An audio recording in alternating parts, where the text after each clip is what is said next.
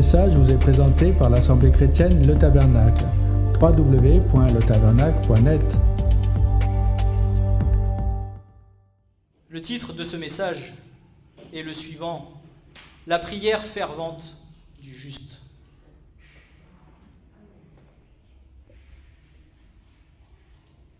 La prière, l'arme que le Seigneur nous a donnée. Notre moyen de communication avec notre Dieu. Celle qui nous permet d'apprendre qui est notre Seigneur. Celle qui nous permet de créer une relation avec lui. Et pourtant, l'homme se tait.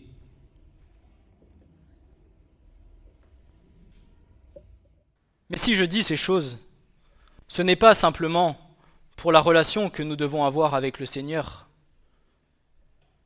C'est aussi parce que pour notre service, pour ce à quoi nous sommes appelés, nous tous, ce à quoi le Seigneur nous attend, si nous ne passons pas de temps dans la présence du Seigneur, alors comment voulons-nous grandir? Comment voudrions-nous pouvoir accomplir et faire ce que le Seigneur attend de nous si nous-mêmes nous n'avons pas reçu de Dieu ce qu'il attend de nous? Comment voudrions-nous faire en nous disant « Oui, je vais faire ci » si nous n'avons pas reçu de la part de l'Éternel « Toi, mon serviteur, va et fais cela ». Tous les serviteurs de la parole, tous ceux qui ont servi l'Éternel, ont reçu les commandements de la part de Dieu. Mais ils ne les ont pas reçus comme ça, en attendant tranquillement sur une chaise ou en dormant sur un oreiller dans son lit. Ils les ont tenus, ils les ont entendus parce qu'ils étaient dans la présence de Dieu, parce qu'ils priaient sans cesse. Priez, priez et priez sans cesse. Quel que soit le temps, quel que soit le moment, quelles que soient les conditions, quelles que soient les épreuves, ils priaient.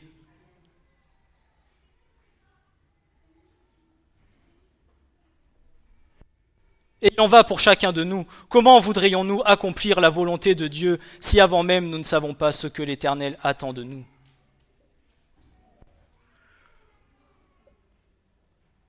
Comment voudrions-nous grandir spirituellement si nous-mêmes nous ne sommes pas enseignés par l'Esprit de Dieu? Comment voudrions-nous apprendre à marcher droit si nous ne demandons pas au Seigneur d'être éclairé sur sa parole pour nous conduire sur comment nous devons marcher?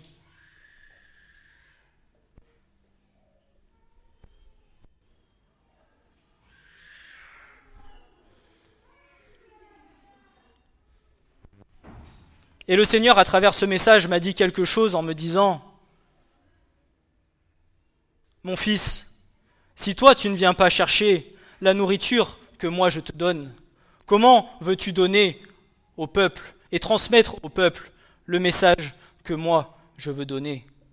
Comment veux-tu transmettre la bonne nourriture qui viendra rassasier, la bonne nourriture qui viendra nourrir, la bonne nourriture qui fera en sorte que le peuple de l'Éternel puisse grandir?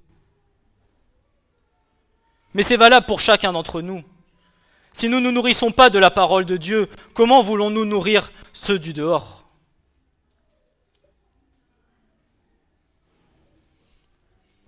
Et le Seigneur m'a mis cette image dans ma tête en me disant « Souviens-toi, quand à l'époque, tu allais donner à manger au bétail, que leur donnais-tu comme nourriture? Du bon foin ou du foin séché, sans vitamines? Non, qu'est-ce que je leur donnais? De la bonne nourriture, la nourriture qui était bonne pour eux, pour leur bien. Parce que le fait de donner de la mauvaise nourriture a des conséquences sur le troupeau.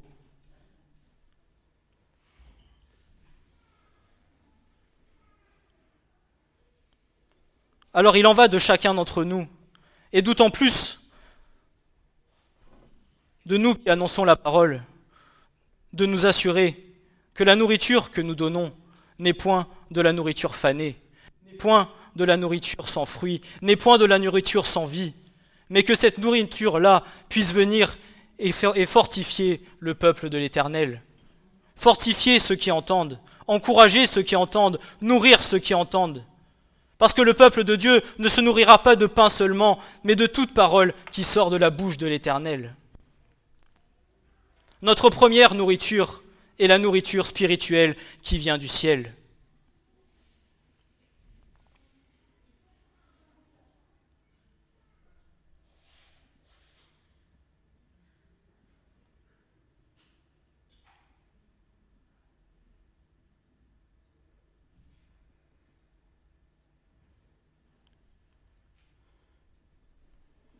Et même si nous vivons dans une vie à 300 à l'heure,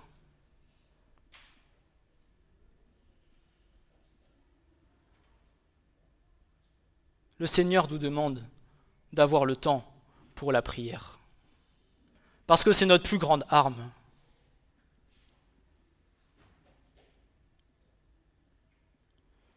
Une assiduité dans la prière.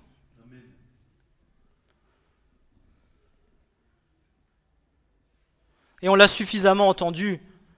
Nous avons du temps pour Facebook, nous avons du temps pour Instagram, nous avons du temps pour aller sur Internet, nous avons du temps pour YouTube, nous avons du temps pour des bricoles. Mais la consécration à l'Éternel, où est-elle ?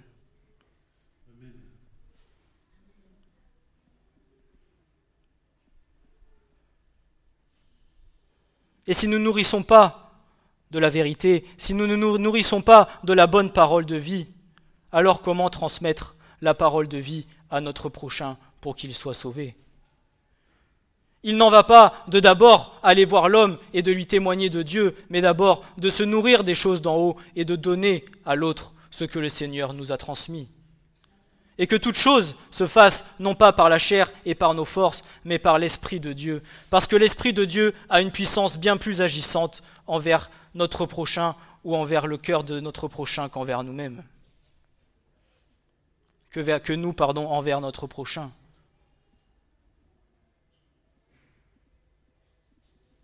Une parole remplie de l'Esprit est bien plus puissante et bien plus agissante qu'une parole donnée par la chair. Et parfois même, la parole donnée par la chair est bien plus tuante et fait bien plus mal qu'une parole qui sera donnée par l'Esprit de Dieu.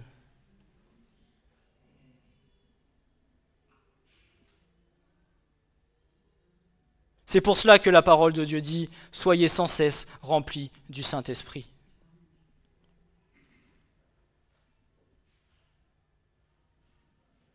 Mais être rempli du Saint-Esprit en vient d'un travail personnel et deuxièmement d'un désir de cœur.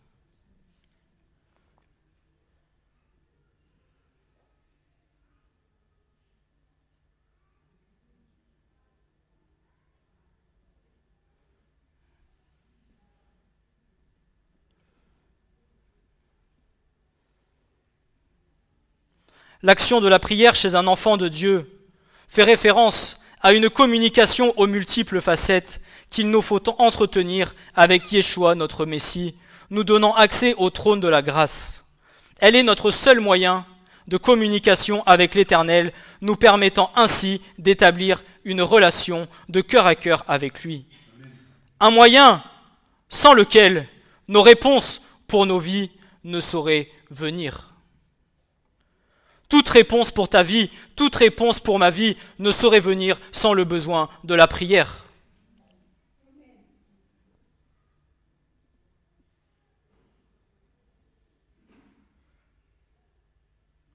Les réponses tardent, les réponses mettent du temps à venir. Persévères-tu dans la prière ? Comment demandons-nous les choses à l'Éternel ?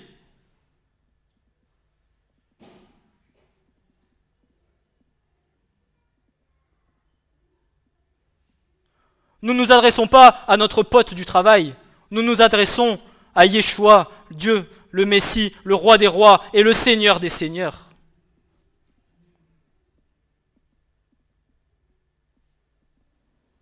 Pas notre petit Jésus que nous aimons, qui est tout mignon.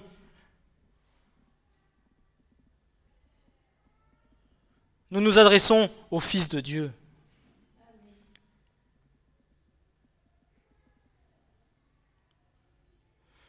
La prière est le lien nécessaire qui permet de recevoir la bénédiction et la puissance de Dieu, ainsi que l'accomplissement de ses promesses.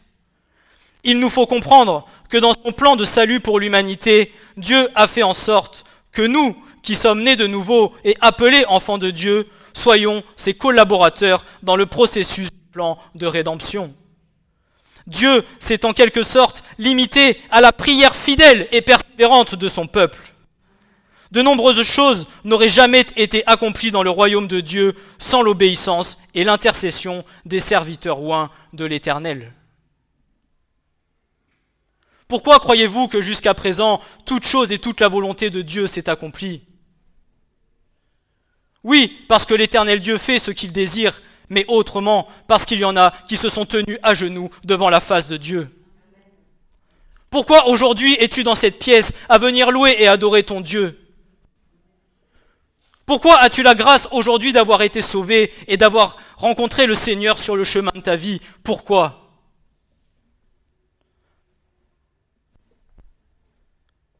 Parce que des serviteurs oints de l'Éternel se sont tenus à genoux devant la face de Dieu en priant pour toi, en priant pour moi, en priant pour nous, pour qu'aujourd'hui nous soyons sauvés. Mais le cycle ne s'arrête pas à nous. Il ne suffit pas de dire maintenant je suis sauvé, tant mieux, merci Seigneur, maintenant je peux me reposer. Maintenant, c'est à nous de fléchir le genou, d'user le dessus de nos genoux et de demander au Seigneur que notre prochain soit sauvé.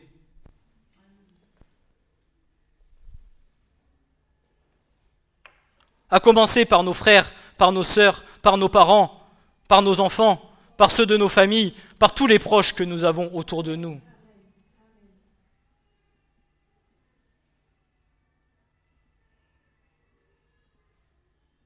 Frères et sœurs, il nous faut comprendre une chose, bien que nous sommes appelés par l'Éternel, si nous venons à ne pas obéir à ce que l'Éternel Dieu nous demande de faire, ainsi il viendra à utiliser d'autres serviteurs pour que tout ce qu'il aura prévu depuis le commencement s'accomplisse à la perfection.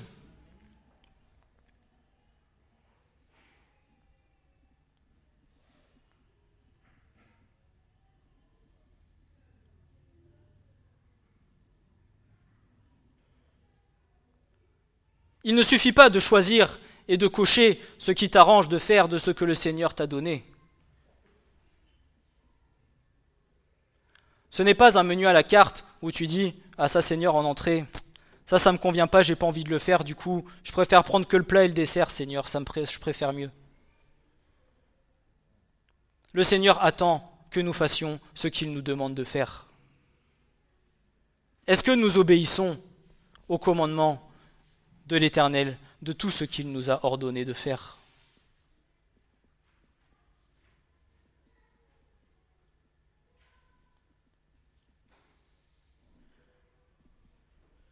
Et quand je pense à ça, je pense notamment à tous les talents que le Seigneur nous a donnés.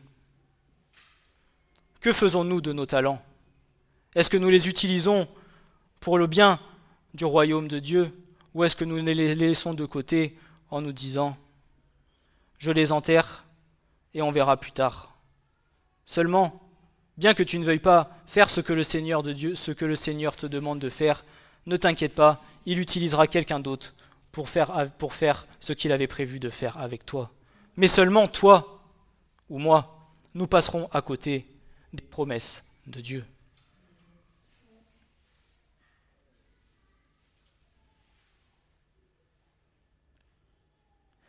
Il en viendra donc, non pas de la faute de l'Éternel, mais de notre propre responsabilité de ne pas obéir aux ordonnances. Et Jean dira au chapitre 12, versets 25 et 26, « Celui qui affectionne sa vie la perdra, et celui qui haït sa vie dans ce monde-ci la conservera pour la vie éternelle. Si quelqu'un me sert, alors qu'il me suive, et où je suis moi, là aussi mon serviteur, là aussi sera mon serviteur. Si quelqu'un me sert, le Père l'honorera. » Et 1 Samuel 2, verset 30 dira « C'est pourquoi l'Éternel, le Dieu d'Israël, dit « J'avais bien dit, ta maison et la maison de ton père marcheront devant moi à toujours. Mais maintenant l'Éternel dit « Que cela soit loin de moi, car ceux qui m'honorent, je les honorerai, et ceux qui me méprisent seront en petite estime. La prière fervente du peuple de Dieu, qui intercède en vue de l'avancement de son royaume, est la seule à pouvoir donner libre cours à la puissance de Dieu manifeste afin d'accomplir ses desseins. Négliger la prière consiste à nuire à l'accomplissement du plan rédempteur de l'Éternel, que ce soit pour nous-mêmes personnellement, en tant qu'individus, pour nos propres vies. Mais ayons conscience que cela vient également nuire à la vie de l'Église en tant que corps universel.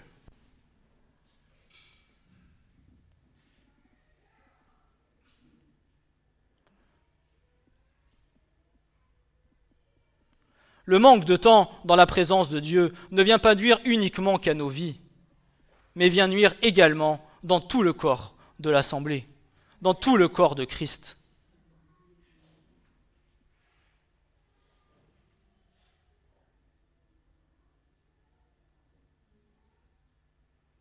Et ce n'est pas moi qui le dis. Il suffit de regarder ce qu'il est dit par rapport à la production d'huile dans nos maisons pour le chandelier de l'Église.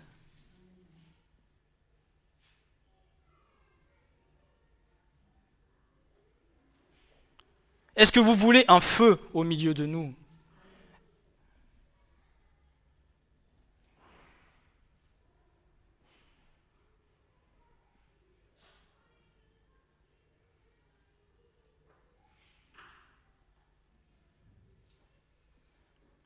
En tout cas, pour ma part, c'est ce que je veux. Mais je sais aussi que le Seigneur attend d'abord un travail sur ma vie, un travail sur moi, un travail chez moi, un travail dans l'intimité.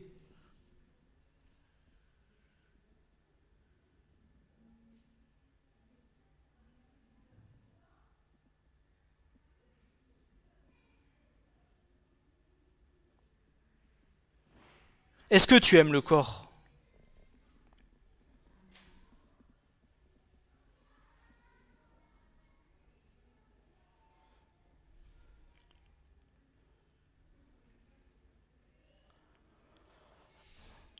La prière est une action qui demande de l'honnêteté.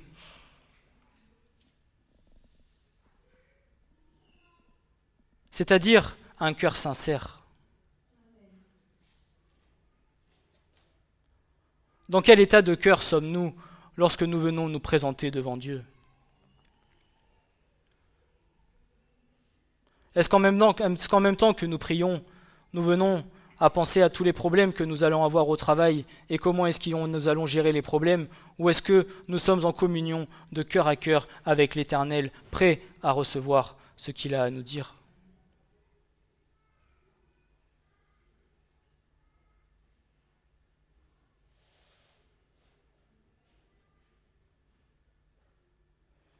Est-ce que dans ton cœur, avant même que tu pries, tu es déjà en train de te dire « Seigneur, je te prie, mais bon, je ne sais pas quand même si cette chose pourra se réaliser. » Avant même de prier, nous sommes dans le doute. Alors déjà, la prière n'aura aucune efficacité. L'efficacité de la prière vient premièrement d'un état de cœur.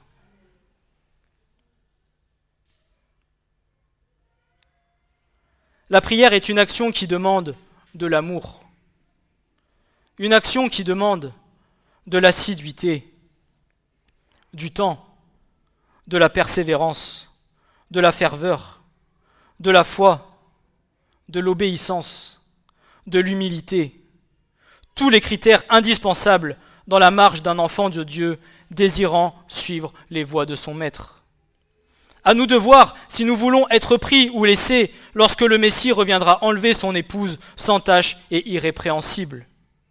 Elle est le seul moyen qui nous permet d'apprendre à connaître qui est réellement le Messie, afin d'être également connu de lui. Est-ce que tu désires être connu du Messie lorsqu'il viendra te chercher et qu'il dira « Lui, je sais qui c'est parce que je le connais et que j'ai eu une relation de cœur à cœur avec lui ». Mais peut-être celui qui est à côté, lui, je ne le connais pas. Souvenez-vous de ce qu'il est dit dans la parole, que lorsque le Seigneur reviendra, l'un sera pris, l'autre sera laissé. Le salut est individuel. Ta foi ne dépend pas de ton mari, ne dépend pas de ta femme. Notre salut dépend uniquement de nous-mêmes.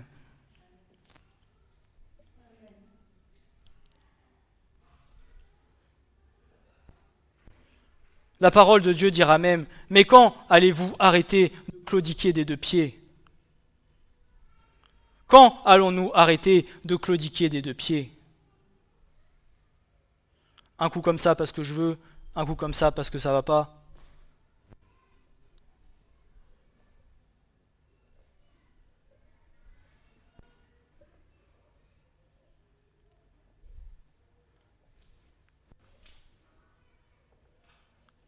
Ce n'est pas moi qui le dis. Tu peux prendre le passage 1 Roi au chapitre 18.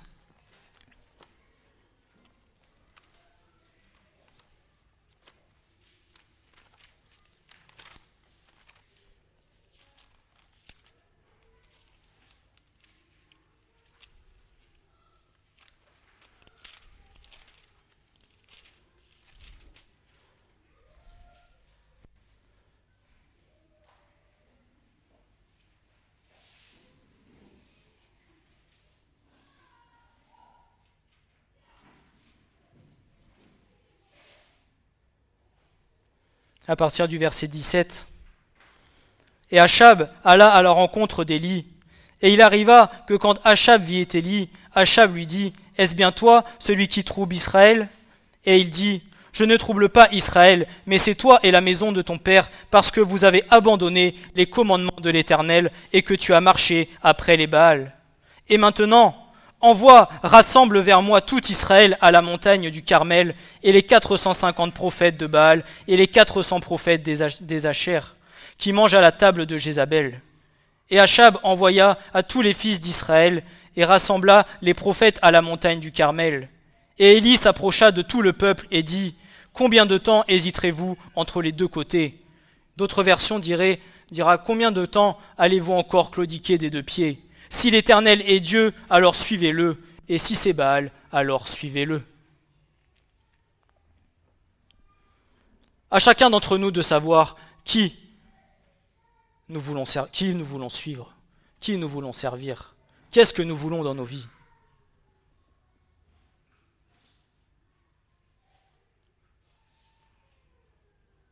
Notre vie de prière est la relation la plus secrète que nous avons avec l'Éternel.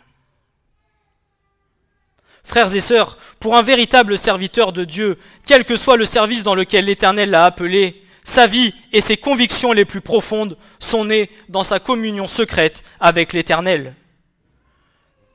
La prière, c'est elle qui forme l'homme.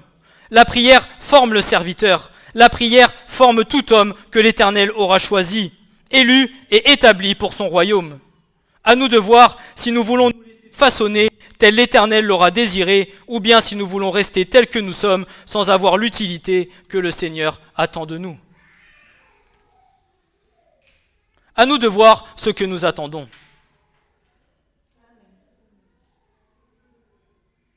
Être comme l'argile et nous laisser façonner à l'image de l'Éternel, ou bien être dur comme la pierre et être brisé parce que le Seigneur Dieu ne pourra rien faire avec nous.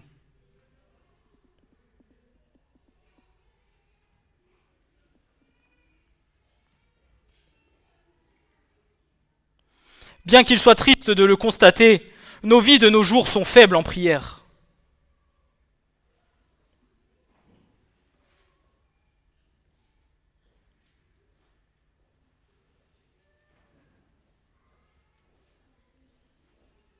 Est-ce que je me trompe ?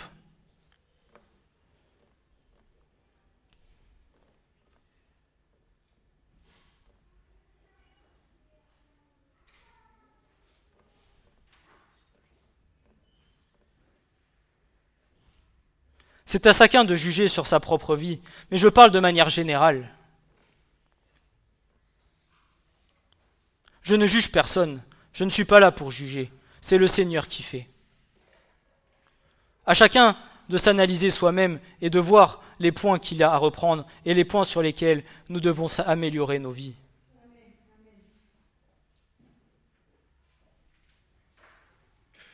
Mais la triste constatation en est qu'aujourd'hui, les temps de prière sont faibles.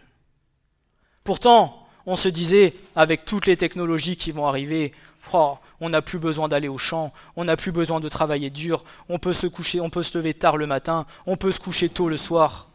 Et pourtant, je vais vous dire une chose, les anciens qui étaient au champ toute la journée, qui travaillaient dur, qui étaient fatigués, qui avaient mal au dos, qui jusqu'à 60 ans étaient dans le champ après la guerre, eh bien vous savez quoi ?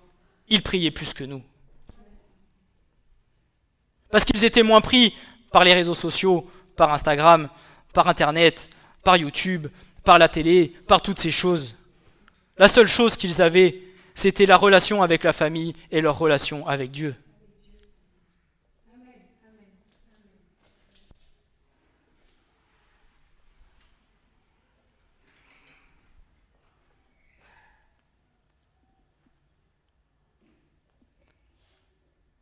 La prière dans la vie d'un enfant de Dieu, petit à petit, se refroidit. Et c'est pas pour rien qu'il est dit qu'à la fin, il n'y aura qu'un reste.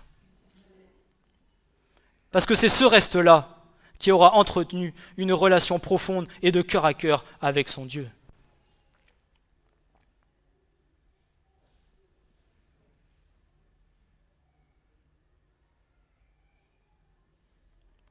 Nous sommes tellement épuisés par la pression de ce monde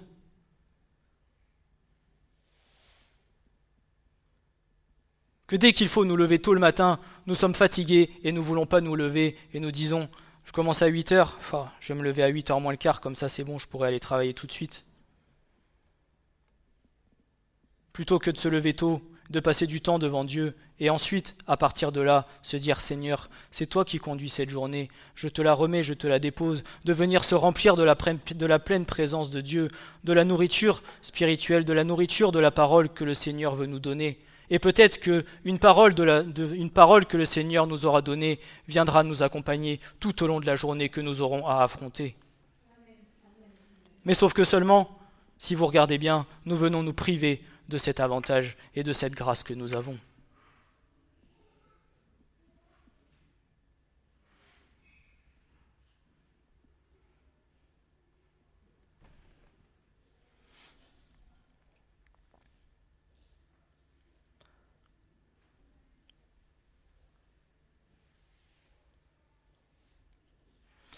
Pour bien des serviteurs, l'orgueil et l'instruction militent contre l'humble dépendance de la parole. En ces jours-ci, la prière est trop souvent et seulement officielle, une performance pour la routine du service. La prière n'est plus, pour les temps modernes, la force qu'elle était dans la vie ou le ministère de l'apôtre Paul. Tout enfant de Dieu qui ne fait pas de la prière le puissant facteur de sa vie autant que son ministère, s'il est appelé ainsi, est faible comme facteur dans l'œuvre de Dieu. Impuissant et aveugle pour faire avancer la cause du Seigneur dans ce monde.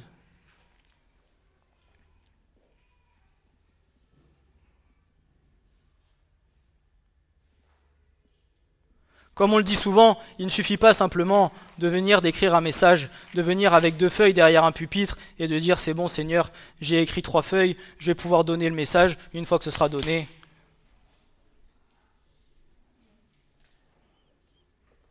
Il ne suffit pas de juste venir faire le beau ici et de dire « voilà, tu vois Seigneur, je te sers, je suis devant, merci Seigneur, à la semaine prochaine. »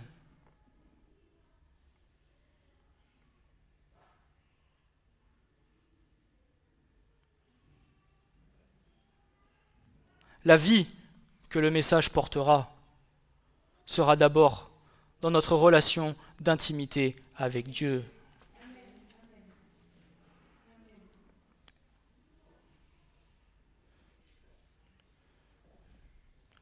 Je vais être sincère et honnête devant vous, parce que j'ai toujours été franc. Il y a des fois, je suis sorti de cette salle, et quand j'ai vu comment j'avais été capable d'apporter le message. Pourquoi ? Parce que je n'avais pas passé beaucoup de temps dans la présence de Dieu pendant la semaine. Je ne le montre peut-être pas et je ne le dis pas, mais parfois je sors d'ici, j'ai honte.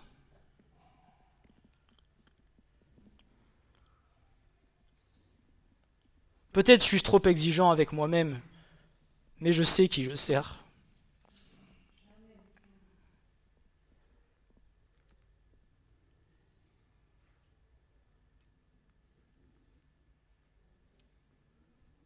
Même parfois, je dis à ma femme, je ne me sens pas digne, chérie, de venir apporter la parole. Parce que je sais la communion que j'ai eue avec le Seigneur pendant la semaine. Elle a été, mais elle a été faible. Elle a été moindre. Vous savez, la communion sous perfusion, le goutte à goutte, comme disait mon frère Francis à l'époque.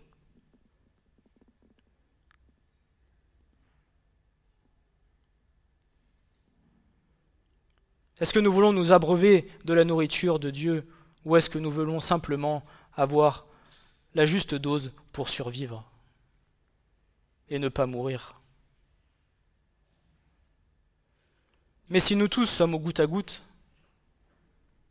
alors quand nous nous réunissons, attendons-nous à ce que ce soit la petite flamme d'une bougie qui fume plutôt que d'un feu ardent au milieu de nous?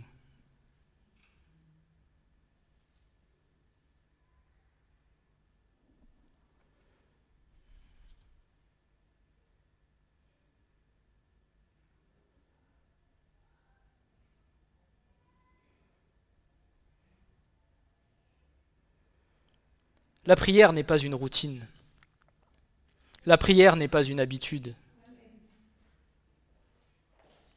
La prière n'est pas un facteur pour apaiser sa conscience et se dire, tu vois Seigneur, j'ai bien fait ma béa, ce que tu me demandes de faire.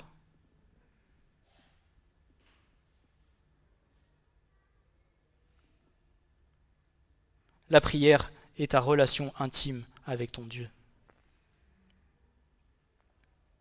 Et c'est de là que tout en découlera.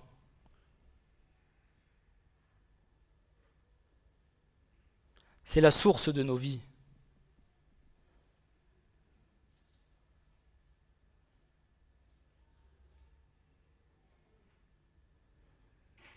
Si nous voulons être des vases remplis de vie, remplis de l'eau de l'esprit, nous n'avons que la prière. Oui, nous avons la parole de Dieu, mais avant de nous tourner devant la parole, il nous est conseillé de prier afin que nous soyons éclairés non pas par notre intelligence, mais par l'Esprit.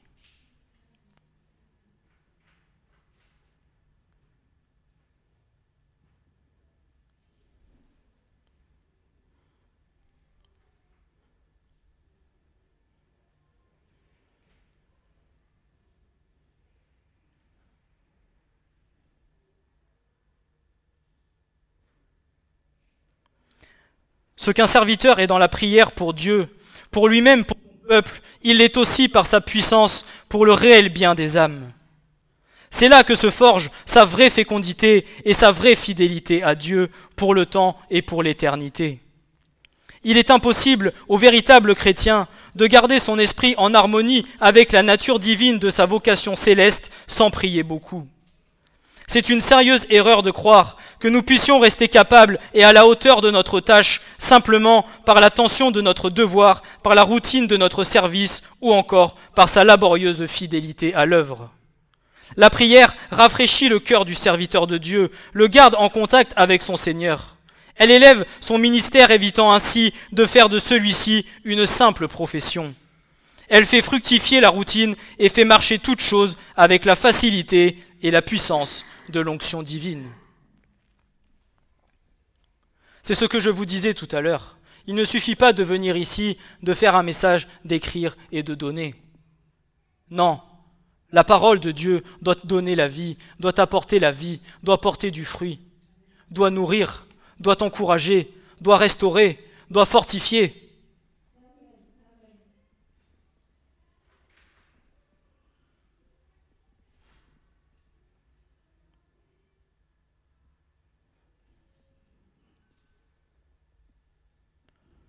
L'objectif d'un serviteur doit être de faire du bien à son prochain.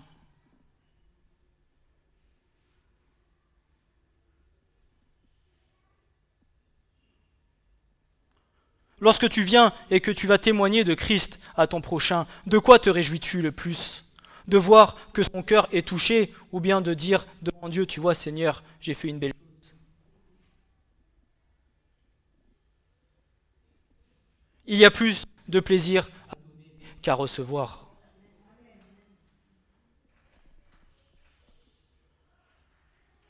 Mais si dans la prière, en amont, nous avons préparé les temps que le Seigneur nous donne, alors peut-être qu'au moment voulu, le Seigneur mettra dans notre bouche les justes paroles et les bonnes paroles pour impacter le cœur.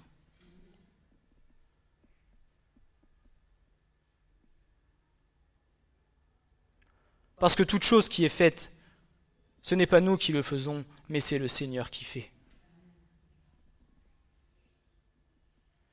Mais il y a un travail avant à faire. Et c'est nous qui devons en prendre la responsabilité et le désir.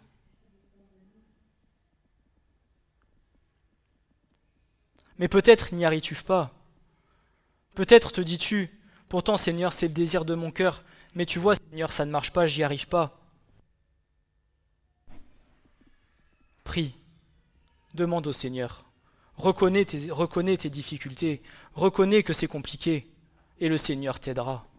Il n'y a pas de honte devant Dieu, parce que d'avance que tu lui demandes, le Seigneur connaît déjà ton cœur. Il connaît déjà tes difficultés.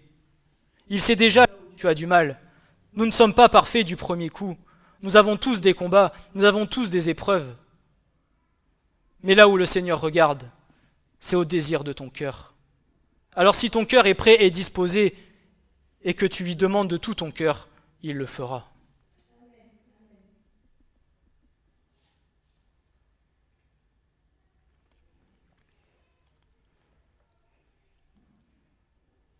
La prière n'est pas une petite affaire que l'on range dans un coin. Elle n'est pas un rafistolage de petits bouts de temps arrachés par-ci par-là à notre travail ou aux autres engagements de notre vie. Mais le véritable esprit de prière est continuel. Paul dira aux Thessaloniciens, « Réjouissez-vous toujours, priez sans cesse, en toute chose rendez grâce, car telle est la volonté de Dieu dans le Christ Jésus à votre égard. » Le centre même de notre temps et de nos forces doit lui être donné. Cela ne veut pas dire que le temps de communion doit être absorbé dans l'étude ou englouti dans les activités du jour, mais il doit avoir la première place. L'étude et les activités la seconde, ces dernières étant rafraîchies et rendues efficaces par le contact divin, par la prière. C'est ce que je vous disais tout à l'heure.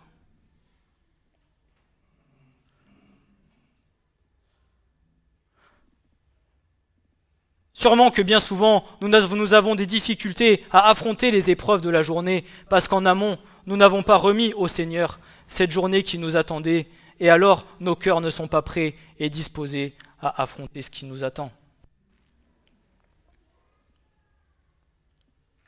Toi, tu ne sais pas ce qui t'attend, mais le Seigneur sait ce qui t'attend.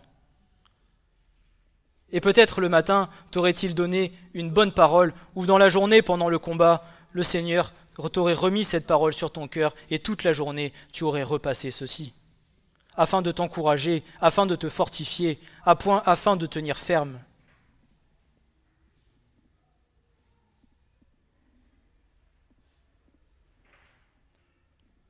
Mais comment voulons-nous avoir une réponse de la part de Dieu si nous-mêmes, nous venons pas chercher la communion et le dialogue avec lui?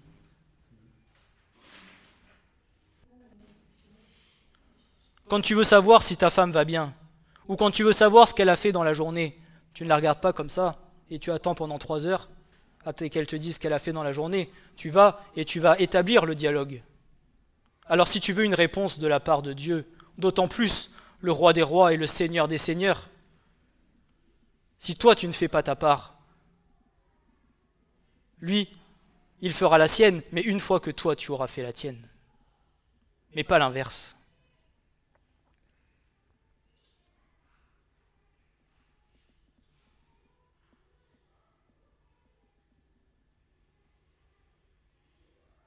Cherchez-moi, et moi, je me laisserai trouver par vous, dira la parole.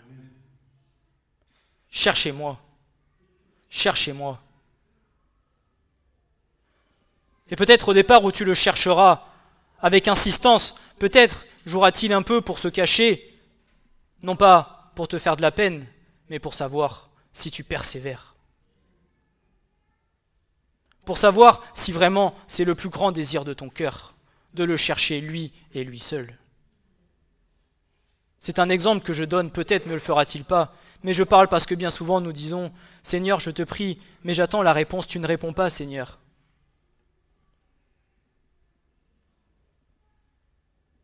Il y a pour ma part bien souvent, quand certaines choses se passent dans ma vie, où je me dis, parce que je me souviens de l'enseignement sur les fruits de l'esprit, et où je me dis, Seigneur, mais quel fruit veux-tu travailler avec moi?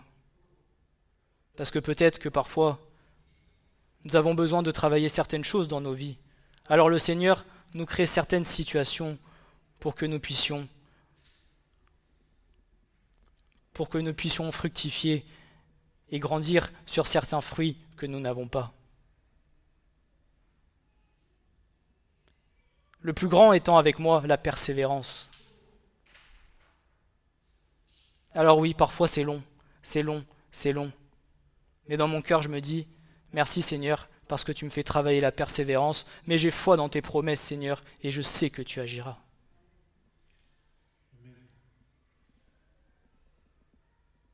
Mais ce n'est pas contre nous, c'est pour notre bien.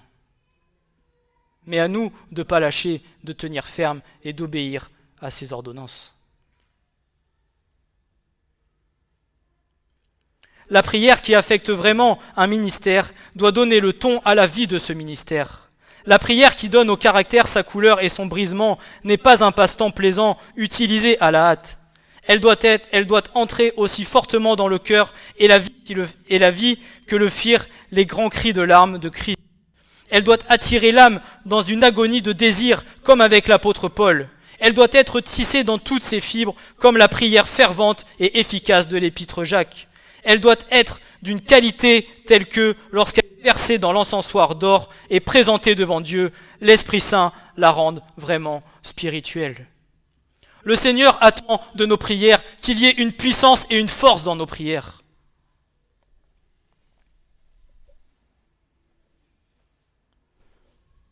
Mais si déjà, lorsque nous prions, nous n'avons pas la foi, alors comment voulons-nous que la puissance soit dans nos prières? Si déjà nous avons le doute, comment voulons-nous que notre prière soit puissante et agissante? La prière n'est pas une petite habitude qui nous aurait été dictée ou épinglée alors que nous étions dans le sein de notre mère. Elle n'est pas une petite grâce décente d'un quart de minute dite avant l'heure entière passée au repas, mais elle est la plus sérieuse des œuvres de nos années les plus importantes. Elle réclame plus de temps et d'appétit que nos plus riches festins ou nos plus longs dîners, nourrissant uniquement notre chair. Le caractère de notre prière déterminera le caractère de notre témoignage. Une prière superficielle donnera une vie superficielle. Dans chaque ministère puissant pour Dieu, la prière a toujours été un travail sérieux et indispensable. Quelles que soient nos vies, quel que soit notre appel, quel que soit ce que le Seigneur attend de nous, la prière est une œuvre indispensable pour nos vies.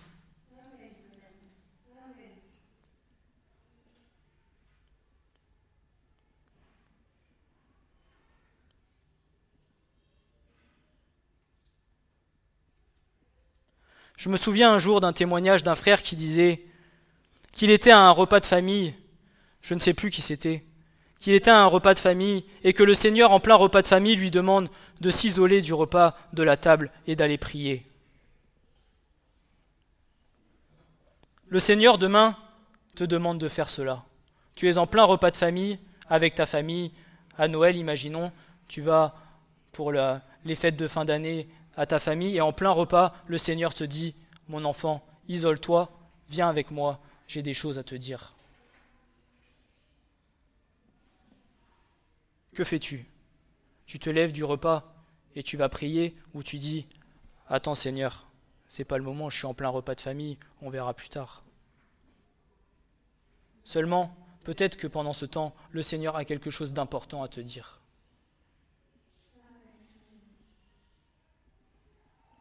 La nourriture qui vient d'en haut est bien plus rassasiante et plus importante qu'un bon festin qu'un bon festin à table en famille.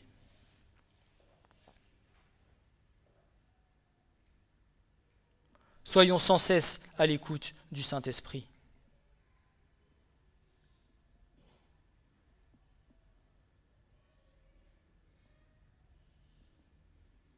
Parce que parfois, quand le Seigneur attend pour nous parler, ce n'est pas dans 10 minutes, ce n'est pas 10 minutes avant, c'est au moment où le Seigneur te le demande.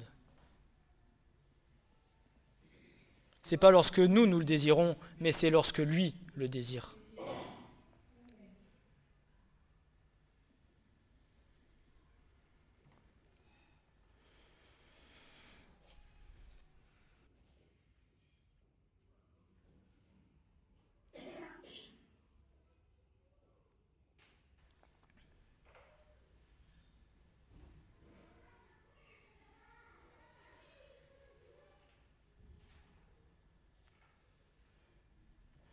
Toute parole où manque le feu est une parole sans effet. Toute parole où manque le feu de l'esprit est une parole sans effet. Mais si nous ne sommes pas nourris par l'Esprit de Dieu, si nous ne sommes pas nourris des choses d'en haut, alors comment voulons-nous que nos paroles soient comme du feu ?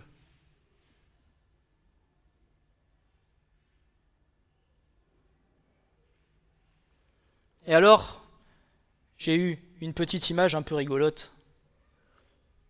Prenons comme exemple une locomotive. Elle ne se met jamais en mouvement jusqu'à ce que le feu y soit allumé. Ainsi en est-il de nos paroles. Avec toute leur préparation, leur perfection et leur politesse, elles sont arrêtées nettes.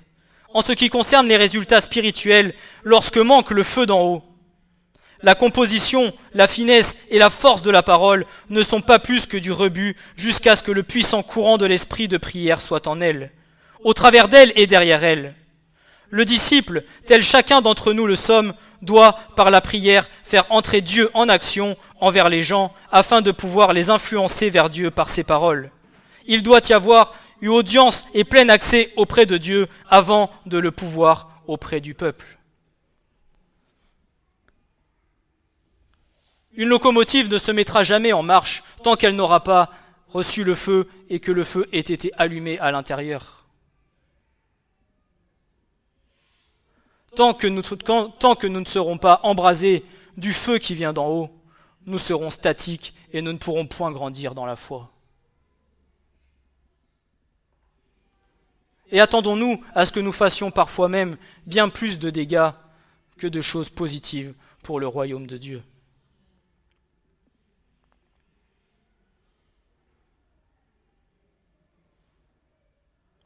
Mieux vaut d'abord être rempli du feu d'en haut pour ensuite transmettre le feu d'en bas, plutôt que de venir chercher à avoir le feu, que nous cherchons en bas et de le témoigner en haut. Non, recherche d'abord là-haut et ensuite tu donnes.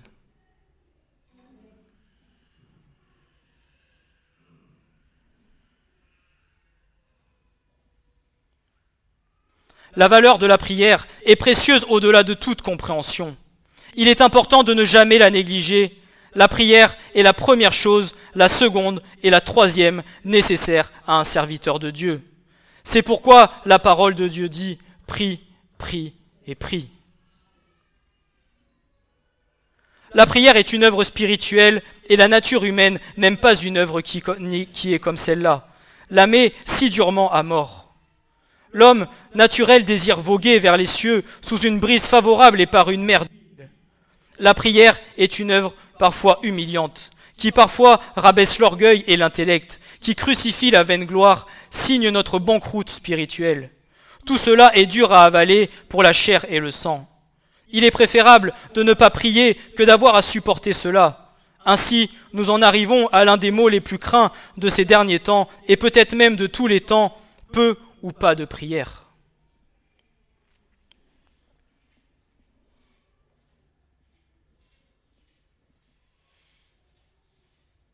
Lorsque le Seigneur viendra agir dans la prière, oui, parfois le Seigneur viendra te parler et ne te dira pas forcément ce que tu veux entendre.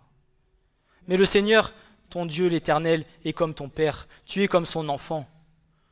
Un père, une mère ne vont jamais forcément dire à leur fils ce qu'ils désirent entendre.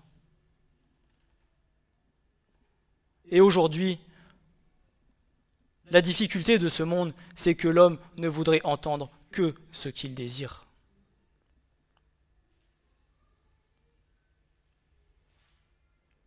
Mais réjouissons-nous plutôt de ce que nous pouvons recevoir de la part de l'Éternel, même si cela peut nous faire mal. Parce que si c'est le cas, alors c'est que le Seigneur veut nous faire grandir et que c'est pour notre bien.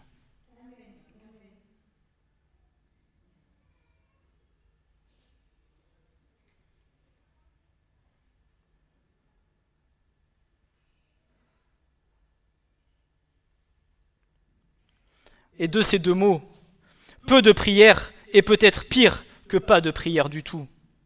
En est-il de même qu'il vaut mieux être froid que tiède? Peu de prière est une sorte de feinte, un somnifère pour la conscience, une farce et une illusion à soi-même, car nul ne peut tromper l'Éternel. Vous savez, quand parfois on se dit « Purée Seigneur, ça va faire 3 jours que je t'ai pas prié, allez ce soir Seigneur, je passe 5 minutes devant toi », mais en fait, tu es plus en train d'apaiser ta conscience que vraiment d'être en train de créer une relation de cœur à cœur avec l'Éternel. Alors quand c'est le cas et que c'est ainsi, comme le dit la parole, mieux vaudrait que tu ne pries pas plutôt que de prier ainsi.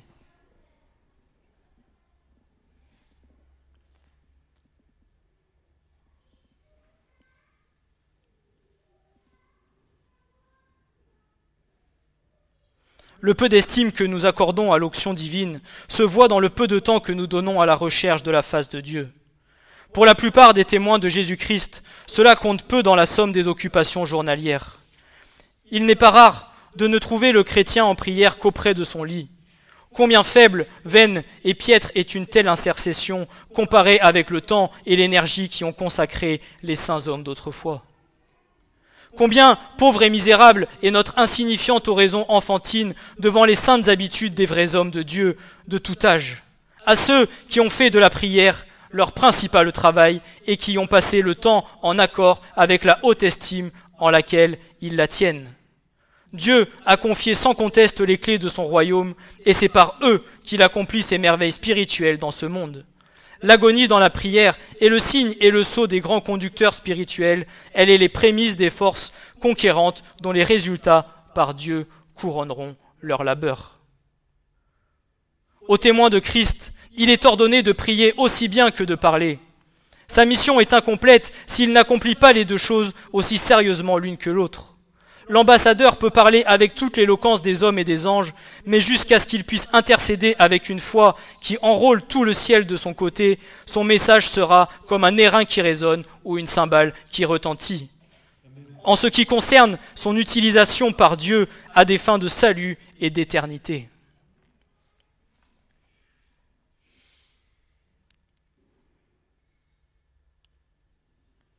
Notre mission est aussi bien de témoigner que de prier.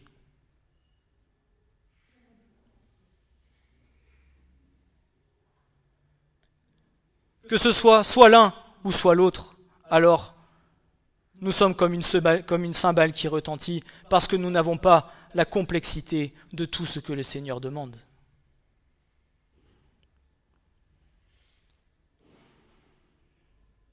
La principale caractéristique de tous les vrais envoyés de Dieu a toujours été d'être des hommes de prière.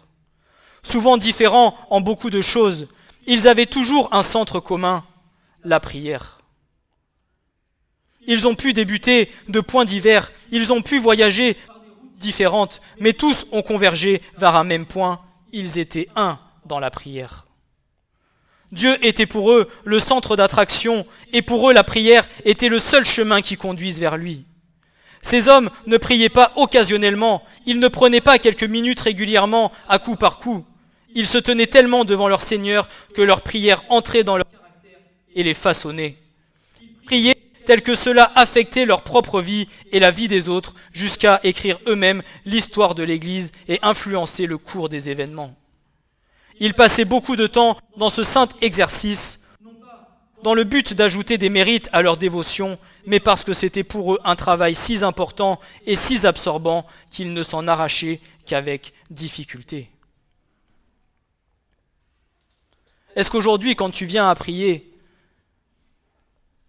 est-ce que c'est difficile de venir t'arracher de la prière dans la présence avec le Seigneur? Ou bien, est-ce que quand tu pries, hop, dès que tu entends un petit téléphone qui sonne, tac, tout de suite, tu lèves les yeux et tu regardes, ah, qui c'est qui m'appelle?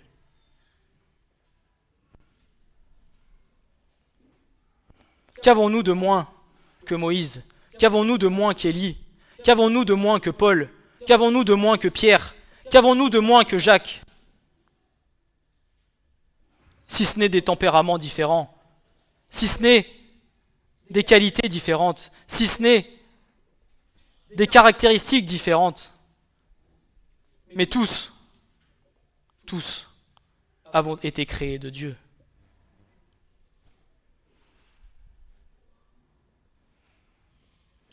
Alors ce qu'Élie a fait, oui, tu peux le faire.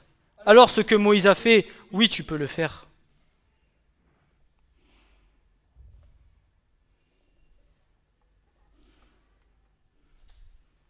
Mais eux passaient du temps dans la prière. Malgré les dures journées de labeur, malgré la fatigue, le soir, ils priaient.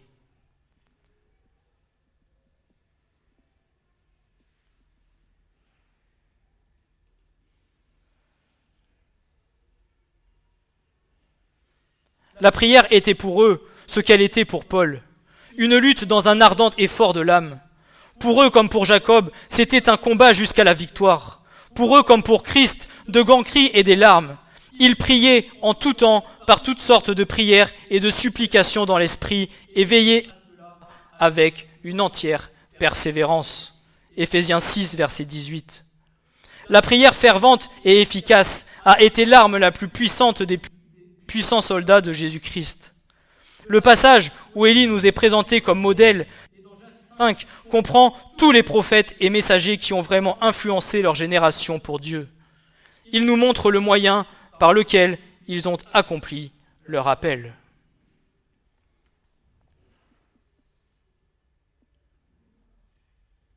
Et tout ce qu'Élie a pu accomplir,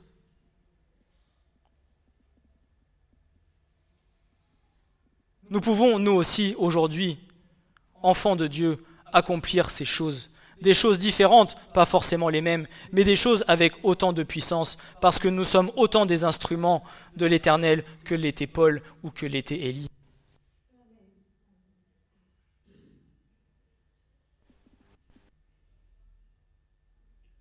Mais à nous de savoir et d'entendre ce que le Seigneur veut que nous fassions. Pas de faire les choses qui nous semblent bonnes, mais de faire les choses que le Seigneur veut que nous fassions.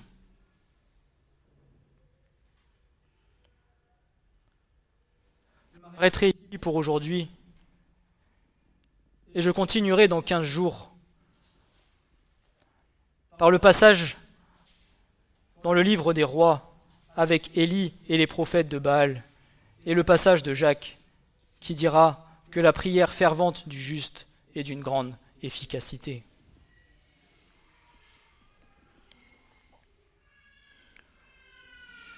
Alors que le Seigneur nous encourage et que nous nous bougions pour passer du temps dans la présence de Dieu.